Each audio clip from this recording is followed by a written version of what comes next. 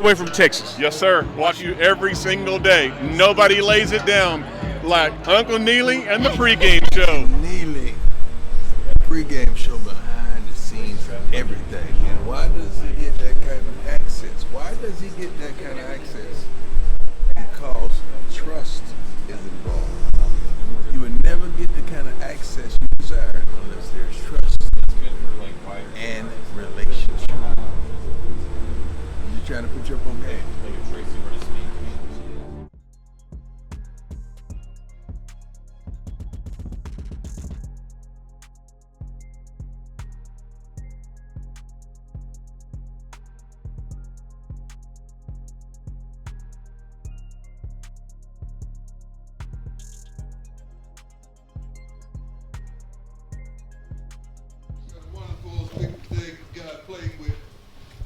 Great teammate, great human being, great individual, great father, great analyst for ESPN. Unbelievable, played in the league, I believe 8 years. Came from the University of Pittsburgh. Unbelievable human being. You're going to recognize him when you see him. He's just going to drop some nuggets on us today. You guys hear me? Yes, sir. Coach Prime, what's up, man? Hey, good morning, man. Good morning. Look, I appreciate you guys letting me talk to you this morning. Look, Coach Prime is someone who I've known now for over 31 years. It's been quite a while, man, since 1992 when I first met Coach, when we were both team with the Atlanta Falcons back during that time. And I have nothing but great respect for him. And great respect for, and the reason why a lot of it has to do with some of the things I've talked to you about, and that's primarily because of the fact that he was such a great teammate to me and to everybody that he played with. And that's one of the things he wanted me to talk to you about, is what it means to be a great teammate, what it'll take to get to the next level, which is where everybody wants to go eventually that plays big-time college football, or not even big-time college football. What are people looking at that level? Look, I'm sure he's told you, and that wonderful staff he's put together out there, there's so many years of experience with everybody there. They know what it takes to get to the next level. I'm coming to you from a bit of a different perspective this morning about what it takes, because after I was done playing, I worked in the front office for 11 seasons with Washington and with Philadelphia. I've interviewed 5 different general manager jobs. I still can't figure out why the hell I haven't gotten one of them, but I've interviewed, so I know what teams are looking for. I know what owners are looking for. I know what the coaches at the NFL level are looking for. I've been on the draft for the past 10 years on night one talking about these guys, you guys, and what teams are looking for. Let me start off by saying this, okay? I'll boil it down to this. There's 3 things that people in the NFL are looking for when it comes to players. And this will transcend, or rather, this will transfer to other parts of your life no matter what you do. Okay, they're looking for people that are credible, that can be trusted, that are obviously very, very competent at what they can do, meaning their skill level is at a very high level. And lastly, but maybe even most importantly, can they positively impact other people's ability to perform at a real high level? Can they put people along with them?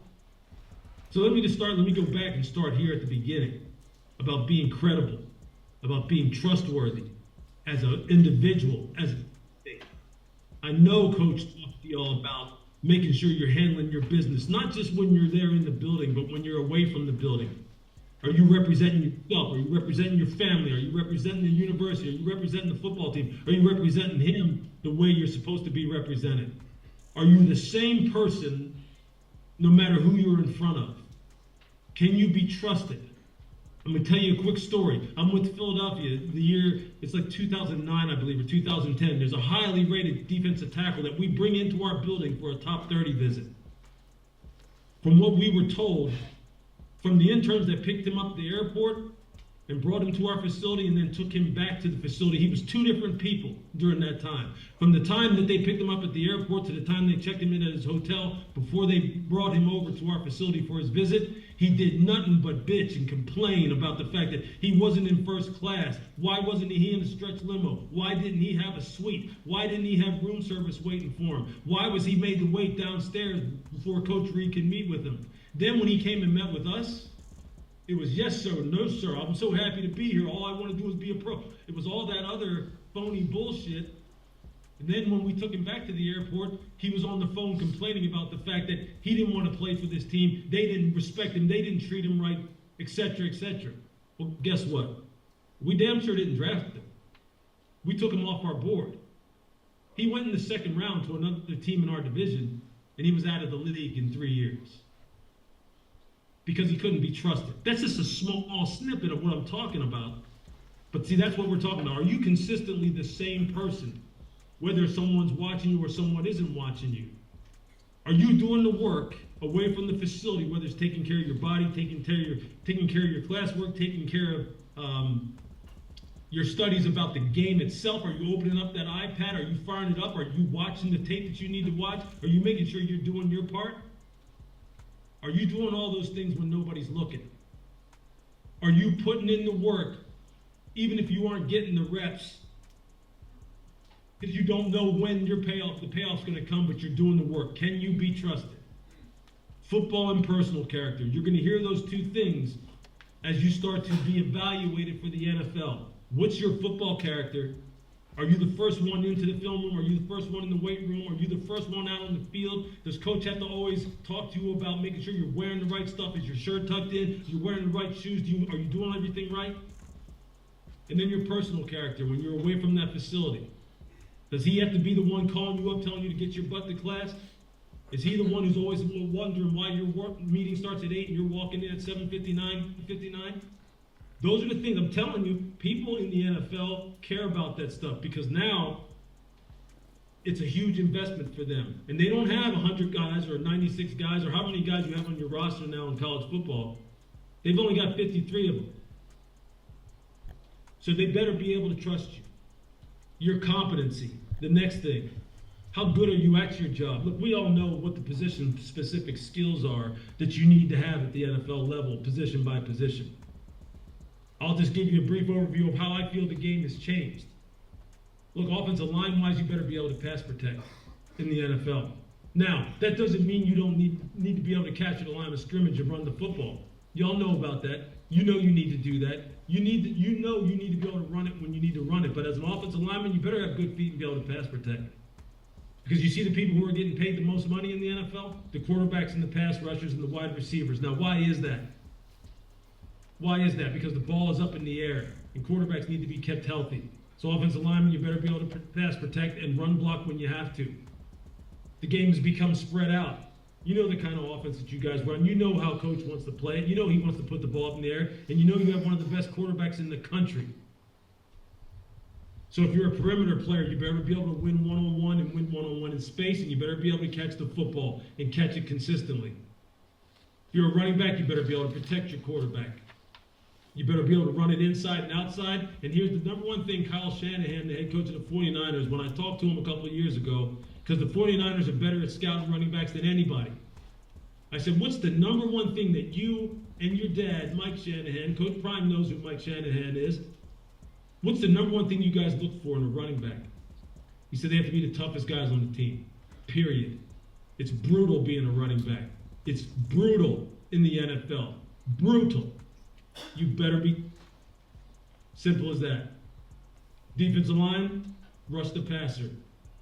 Stop the run, rush the passer. You better have more than one trick in your bag. Linebackers, you got to be 3-down players. You got to get the third down. And how do you get the third down? You better be able to play downhill. Linebacker has been the position that's probably changed the most of any position in football right now at the NFL level. It used to be, when I was scouting, linebacker used to be an afterthought. Off-ball linebackers, inside backers, stack backers, whatever you want to call them, used to be an afterthought that you can throw anybody in there. Not the case. You see the salaries are going up for that position. Why? Because the game's become spread out offensively. And then in the secondary, you have you have the best to ever do it as your head coach. He knows how to teach secondary play. And you may not be able to do it like he did it because no one in the history of the game has been able to do it like he did it. But you better listen to him when he tells you about how it needs to get done so you can play at a high level and get to the next level. The last thing I'll leave y'all with is this, that teams are looking for. Can you positively impact other people? Not just take care of your business, but can you help other people? I'm going to give you 2 stories about that. First, your coach, Deion Sanders, how he positively impacted me without even having to do anything and say anything to me. Just his example as a player when he walked off the baseball field into the kickoff return huddle against the Washington, formerly known as the Redskins, in 1992, hadn't been to a training camp, hadn't been to practice, hadn't been to anything. But his presence when he walked into that kickoff return huddle that Sunday afternoon at RFK Stadium in Washington, his impact was he looked everybody in the eye and said, just give me a seam. Just hold your block for a second, and I'm gone. And he went over 100 yards for the touchdown. That kind of impact. Do you inspire other people to want to take their game to another level? T.J. Watt, the great pass rusher from the Pittsburgh Steelers, we got to talk to him last year in the production meeting. He said, you know what? I know I can rush the passer.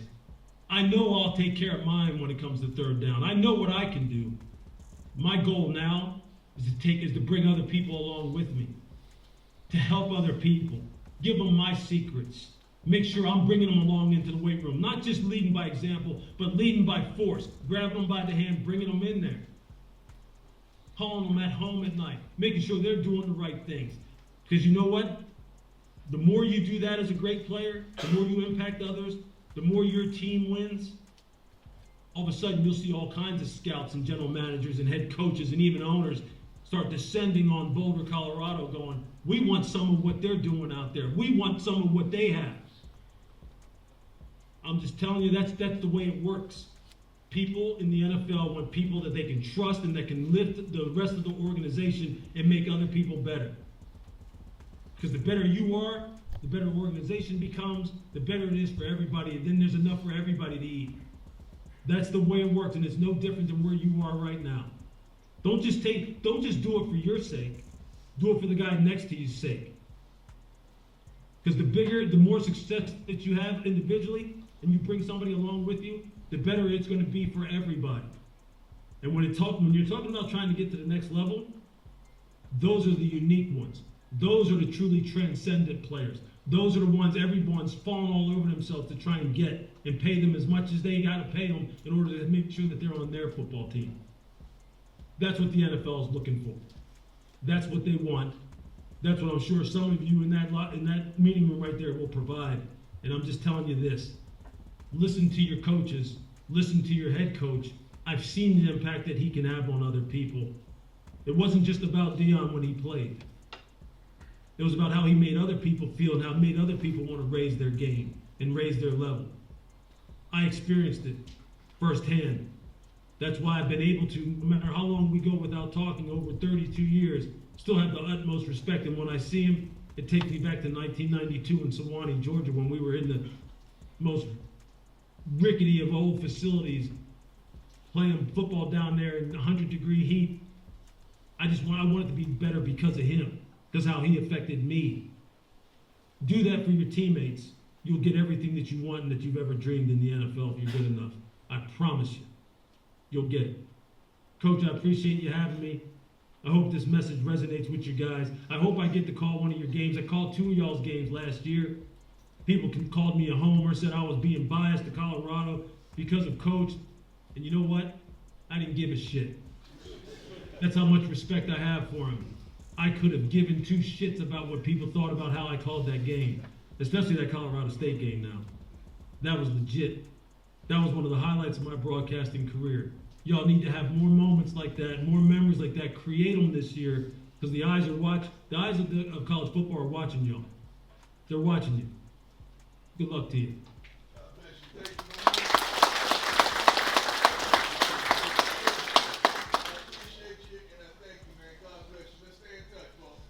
Okay, bro. All right. Good luck.